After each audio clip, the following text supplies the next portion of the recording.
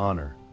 It is not simply the recognition of greatness, nor merely the polite deference given to elders or authority. To honor is to see with the eyes of heaven, to recognize the image of God in another and respond accordingly. At its highest, honor is a form of love. Not romantic or transactional, but agape, the self-emptying, self-giving love that sees beyond appearances, beyond merit, beyond worthiness. Agape honors because God honors. The word honor comes from the Latin honos or honorem, meaning esteem, dignity, or public regard. The deeper roots go to the Proto-Indo-European root enhen, meaning to produce or to give birth, tying honor to generative recognition, the kind that gives life. To honor someone is to affirm their inherent value, to bring forth their worth with our attention, speech, and actions. In Hebrew, the word is kavod, which literally means weight or heaviness. When we honor someone, we give them weight in our hearts and lives. To dishonor is to make light of, to treat as trivial. In this light, honor becomes inseparable from agape. Love gives weight to the other, even when the world considers them insignificant. The command to honor echoes across both testaments. It begins with the fourth commandment, honor your father and your mother. Exodus 20, verse 12. But it doesn't stop there. Romans 12:10 calls Christians to outdo one another in showing honor. This is not mere etiquette, it is a holy competition to raise others higher than ourselves. Philippians 2:3 echoes this.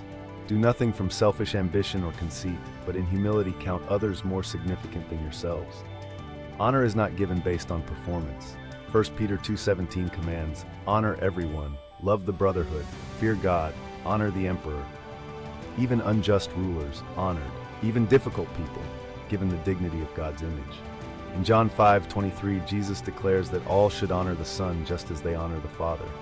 To honor Christ is to honor God, and to honor others made in His image is to honor Christ Himself.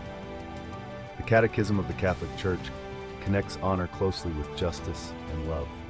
Paragraph 1807 defines justice as the moral virtue that consists in the constant and firm will to give their due to God and neighbor.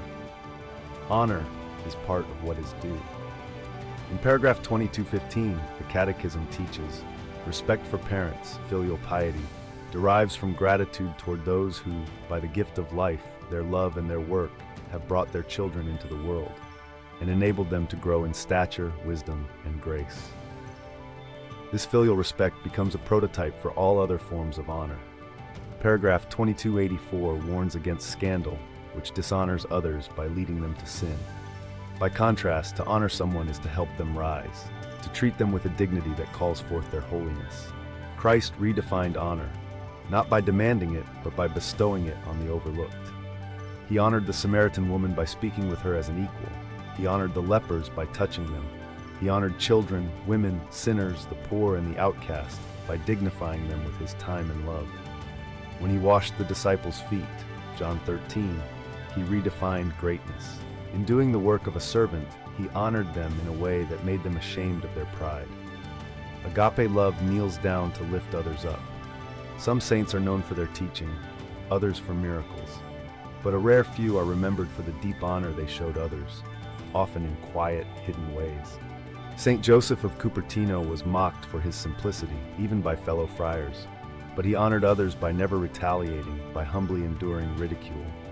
His deep love for the Eucharist and childlike awe became a testimony that honor is not intellect, but reverence. Saint Zita of Lucca, a simple housemaid, was known for her humility. She honored her employers and fellow servants not through words, but through tireless service and gentle presence. Even after being falsely accused, she continued to act with dignity, honoring others' needs above her own. Saint Bakita, born in Sudan and sold into slavery, later became a nun in Italy. She never spoke bitterly of her captors. Instead, she said that her suffering had led her to Christ. She honored even her abusers in the sense that she refused to hate. Her agape love elevated all around her, modeling forgiveness not as passivity but as spiritual strength.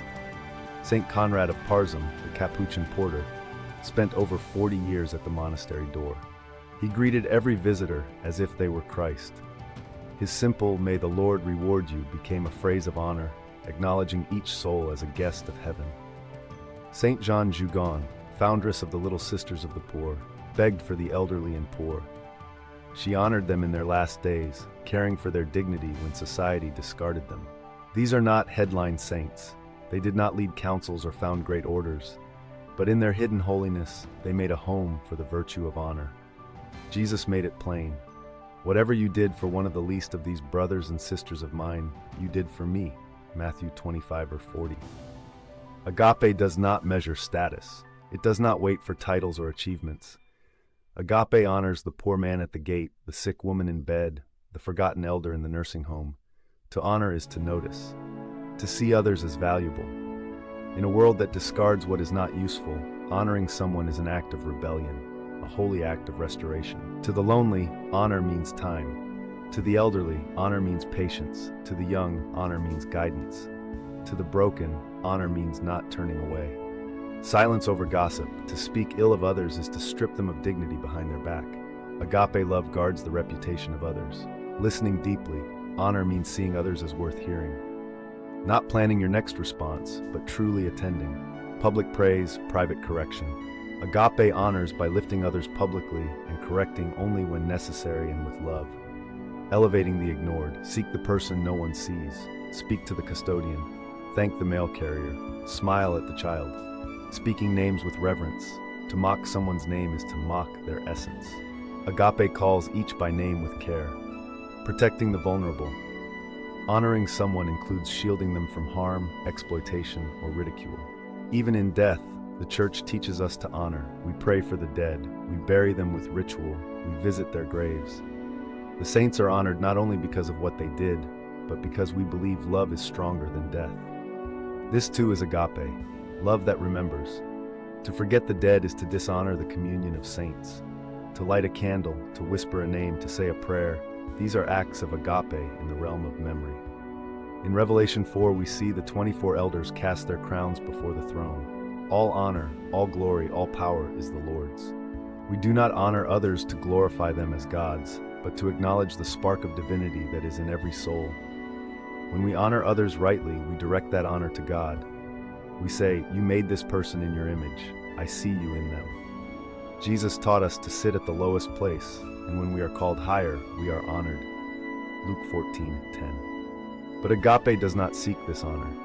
It delights in honoring others instead.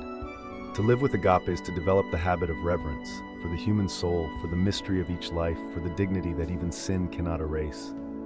Honor is not a prize, it is a lens. It is how God sees. Let us learn to look with those eyes. Let us learn to speak with the tongue of heaven. Let us become artists of honor. In a world of mockery, be a temple of respect. In a culture of utility, become a garden of grace. And in every face, hear again the ancient voice, "This is my beloved child, honor them."